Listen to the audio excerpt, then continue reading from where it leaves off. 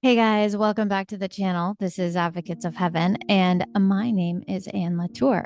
What if the autoimmune battle in your body isn't just physical, but it is the result of something spiritual beyond what you can see in the natural? Oh, but you can still feel it, right? What if the trauma your body is feeling is the result of soul fragments that were never yours to carry? What if someone else's pain, fear, or even witchcraft agreements are living in your frequency field and your body is just trying to defend itself from the confusion? Would you be willing to let God show you what's truly yours? What needs to be released? Well, in this video, I'm going to briefly break down some important pieces of information that just might help you blast through that barrier that's been there all along. So, our physical bodies are not separate from our emotions, they are deeply intertwined. The soul is the blueprint for the physical body, and the emotions are like ripples in the water when you throw a rock into it. That initial splash, the trigger, causes a chain reaction. Unless we allow God to intervene, those ripples continue in the spirit as frequencies, some that block healing and others invite it. Whether we respond with fear or faith determines what frequency governs our atmosphere. It is important for us to remember that our thoughts and our emotions, or even memories that we release, are real, it's measurable, and they are frequencies. But the deeper part of it is that not all of those emotions and all those ripples are actually yours. Some of the frequencies sabotaging your healing are tied to soul fragments, pieces of other souls that become entangled to yours. And it could even be ancestral. These can be passed down through bloodlines, especially through unrepented witchcraft, Freemasonry, and even sorcery. You could even also have foreign soul fragments sent through alchemical or even hermeneutic rituals, intentionally or unintentionally projected onto you, or even fragments from your own choices, such as participation in New Age type practices, the occult, or even agreements with counterfeit systems, especially like Freemasonry. These fragments carry foreign emotional blueprints. They anchor spiritual diseases and manifesting as a physical autoimmune condition because your body is literally fighting to survive an internal confusion. Whose emotions am I feeling? Whose sickness is this? When I broke my back, the pain was manageable. Like literally, I had broken my back. I didn't know it. The pain was manageable. But then the doctor told me it was broken. And immediately my pain went from maybe a 6 to literally 1,000. That was the power of suggestion rooted in fear and the agreement with the enemy. But after learning about soul deliverance, I faced another injury. It was a rib cage separation while I was on a 40-day water only fast. I wasn't able to take any painkillers because I wasn't eating, so no food in my stomach, not good to take anything. So I sat in the presence of my father and I saw him healing me. I watched the healing and the miracle actually became real. I was healed within, I believe it, I know for sure it was within a week. It could have been like 4 days, but within a week, I was walking through an airport with about 30 pounds on my back after that horrific separation of my rib cage that was very painful. And the thing is that the Father showed me that He can heal me. I didn't need any medication. I couldn't take any medication, but He showed me, let me heal you. So I spent every moment that I wasn't doing ministry, that I wasn't sitting at my computer, I spent it with the Father, and I saw Him healing me, and He did. Hebrews 11:1 says, faith is the substance of things hoped for. One of my favorite scripture verses. Faith is a substance of things hoped for and the evidence of things not seen. That for me was the second miracle I had seen in my life, in my physical body. And nobody, not one person, laid a hand on me but God. But here's the key. Emotions that are not surrendered become altars. They become altars in our life. The brain and the heart are literal altars, spiritual gateways. that should be submitted to the rulership of our Heavenly Father in and through King Jesus Christ. And when they're not, they become open portals. Pain and emotional triggers activate old programs, old thoughts, feelings, and emotions. We default to primal survival states. There's the fear, the aggression, and the shutdown. And then without realizing it, we step outside of the presence of God, where the healing is, and into the resonance with the witchcraft frequencies. The resonance is like a spiritual megaphone shouting, "My doors are open. Come on in. Let's have a party." And just like that, the healing frequencies from our Father are repelled, right? They are pushed away. And then the temple, your body, our body cannot hold both, right? Even Jesus Christ said in Matthew 6, he said, we cannot serve two masters. So emotions can control our lives. They can become our master. Medically, this makes sense. The basal ganglia, referred to as the reptilian brain, you can look it up, controls the survival instincts. That's the breathing, the heart rate, the fight or flight. So after the fall from the garden, this became dominant in mankind. We had survival, not sonship. We had one of the S's and definitely wasn't sonship. The limbic system, or the mammalian brain, and yes, you can look this up, governs emotions. It governs the memories and the social bonds, the exact areas that are exploited by trauma and mind control. And this is why soul ties and trauma bonded altars are so hard to break. You're not just emotionally attached, you're neurologically and spiritually entangled. When autoimmune diseases are present, consider this. Your body might be fighting against more than just inflammation. It might be fighting the presence of another soul's frequency within you.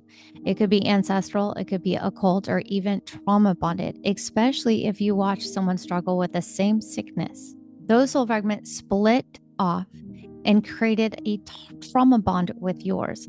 And if they had also experienced the same in their childhood, well, then there's layers of dimensional trauma bonds. And all those altars, all those thrones that were erected, they need to be pulled down. And all of those parts, those frequencies, they need to be healed. So until all those soul fragments are identified and rescued and then handed to the Father in and through King Jesus, your healing may feel blocked. I've seen too many times people who've given up on healing because they've unknowingly agreed with a lie that their pain was who they are. You know, I'm going to tell you something that happened to me. One day I was praying for a man. He was in a wheelchair and he had no leg from the thigh down, just above the knee was cut off. And he was sitting in the wheelchair and he had the other leg. And as we prayed, his leg began to shake, like literally bouncing visibly in the wheelchair. His eyes were huge and shocked, like he has never seen this before, which I wasn't sure. Like, does he have control of his leg? Like, I don't know what he did and didn't. And I wasn't about to stop praying. Excuse me, God, I got to ask this man a question. I didn't. I just was continuing to pray because I'm like, oh my gosh, this, I literally believed in that moment, the leg was literally growing out and he was literally visibly, the leg was bouncing in the chair. And I could tell he was shocked. It was either growing out or it was aligning supernaturally somehow. Well, the woman next to me, the one that I was praying with, we were both praying for him. She started rejoicing and I did too. And you know what happened? You know what happened with that man? He immediately stopped us from praying and he took off. I've never seen somebody move in a wheelchair so fast. He took off. So the question becomes, have you gotten so used to the pain that you're afraid of freedom? Jesus is still healing. He's still redeeming. He's still calling people out of wheelchairs. He's still calling them into kingdom purpose and kingdom sonship. He paid for sickness. He paid for those wheelchairs on the cross. It's done. Tetelestai. Hey, you guys, if this is something that you want to go deeper into, don't worry, we're not over yet. I just want to tell you this. If this is something that you want to go deeper into, or you know someone that would benefit from this video, please share it. Please share it. Also, please smash that like button as if you're taking the head off the serpent. And I do have an upcoming physical healing workshop specific to what I'm teaching.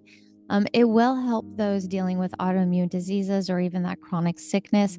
I will put the registration link below, and don't forget to subscribe if you want to see any more of this content and things like this. Put in the comments like, hey, can you talk about this? Can you talk about that? And I will pray. I will pray about it, and prayerfully I can. Okay, so you guys, I cannot see another sick child on social media. In the hospital, battling chemo treatments, watching family members huddled around, and they're suffering too. There are so many things that have been hidden from us, and the spiritual structure of our bodies is one of them. They weaponize it against us. They're actually weaponizing God's creation against us, against itself. No wonder God's furious with what is going on to his children right now, his big ones and his little ones. So being conscious of our triggers are keys. That is a key to this. Because when we are triggered, we are instinctively reacting with a fight or flight. The parts of your body that handle the trigger come forward.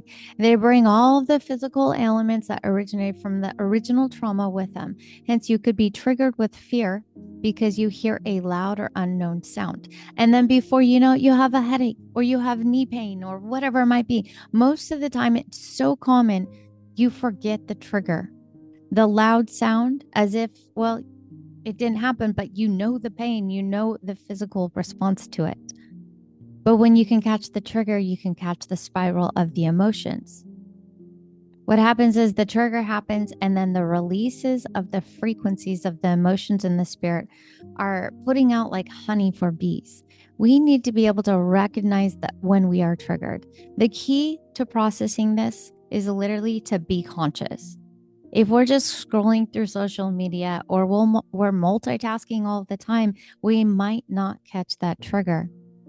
And I know how tough it can be once you've already gone down the spiral of the emotions and you're feeling the pain. Trust me, I know what it feels. Okay. I mean, maybe I don't know all of it. I'm not going to say that. I don't know. There's a lot of things that I don't. I've been through a lot, but there's people that have been through so much worse. And that's one thing that sometimes can really help you through, is to be like, somebody has it worse than me. Somebody has it worse than it. Does not justify it, but there is always somebody going through something worse. But I know what it's like, that you have so much pain that you can't even think straight. And that's why it's really important to start developing those 3 R's naturally that I'm talking about, that I've been talking about a lot lately. The first R, it's very important for us to recognize. So recognize that you are triggered. Your head might start hurting, right? But maybe before it starts hurting, you feel it somewhere else first, or you just talked to somebody, or there was a conversation that you had. So recognize what it was that caused the head to start hurting. And well, I will say though, the head hurting, the headaches could actually be switching in alternate personalities and soul fragments, which these 3 R's and soul deliverance would even be more powerful for them. But we have to be conscious in order to understand, where's the trigger coming from? When did it happen? What's going on here? Second R is to repent. This is where you're going to get clarity. Repent, forgive yourself. Forgive yourself, and then forgive others or the situation that it happened. Forgive that, release that forgiveness to them. Receive the forgiveness from the Father in and through Jesus, because that's what he died on the cross for you. And then thirdly, rescue the parts of you that don't believe in your authority. You have authority in and through King Jesus. You have all the authority over pain, over your physical body. So replace the lies that you've been believing about the pain, about the sickness or the death, and ask the Holy Ghost for the truth that needs to be replacing those lies. And if you still feel like you're struggling with the same lies, even if you have been doing inner healing, if you still feel like you're struggling with those same lines, then I highly recommend that you take one of our workshops or one of our courses, so that you can spend more time delivering those deep-rooted mindsets, those generational mindsets that can really take root. Okay, final step. Ask King Jesus, the Holy Ghost. This is the rescuing part, right? Is ask the Holy Ghost to show what it looks like to be walking in the truth of healing. This is so powerful for us to see it, to see that healing take place, to feel the happiness of what it feels like to be running, jumping, and happy and not worrying about any pain, to have the peace of mind. Feel that and see that. Speak that out loud. Get scriptures and write them down and speak that out loud as you're going through your healing. But if you don't put all of this together, it can be really draining because you're like, well, I'm doing this, I'm doing that. But put it all together. The 3 R's: recognize, repent, and rescue those. And like I said, we have lots of self-guided soul deliverances on our website. You could even do the soul ties, the breaking soul ties prayer. This is the advanced one that you'd want to do, and break your soul ties from the sickness. Be like, because it's self-guided, so it takes you into the court, and then you tell the judge what you need. You break your soul ties from that sickness. Break your soul ties from the soul fragments that are causing that sickness. You guys, your body was never meant to carry what doesn't belong to you. The pain, the confusion, the autoimmune battles, so much of it may be rooted in the frequencies of those fragments that were never yours. But Jesus, King Jesus, he didn't just die to save your spirit. He came to redeem your soul and restore your body. And this is why deliverance matters. This is why healing matters, because you were created in the image of God, not just in the image of your trauma. So if something in this teaching stirred your spirit and you felt the Holy Ghost highlighting certain patterns or lies in your life, don't ignore it. That might be the very place where your healing is waiting to break through. So take action. Sit with the Holy Spirit. Sit with the Holy Ghost. Let King Jesus show you the parts that need to be released to him and what truth needs to be received. And if you're ready to go deeper, then I do invite you to join an upcoming workshop. We're not just addressing symptoms, we're confronting the spiritual roots. Whether it's the autoimmune disease, the chronic sickness, or even hidden soul trauma, there is hope and there is healing through King Jesus, the Christ. And I will put the registration link below and any other workshops that might interest you. Share this video with someone who has been battling this pain, even invisible pain, because they need to know this is not their final story. No way. Heck no, this is not their final story. Healing is possible. It is truly possible. Wholeness is real. And Jesus, King Jesus, he is the great physician.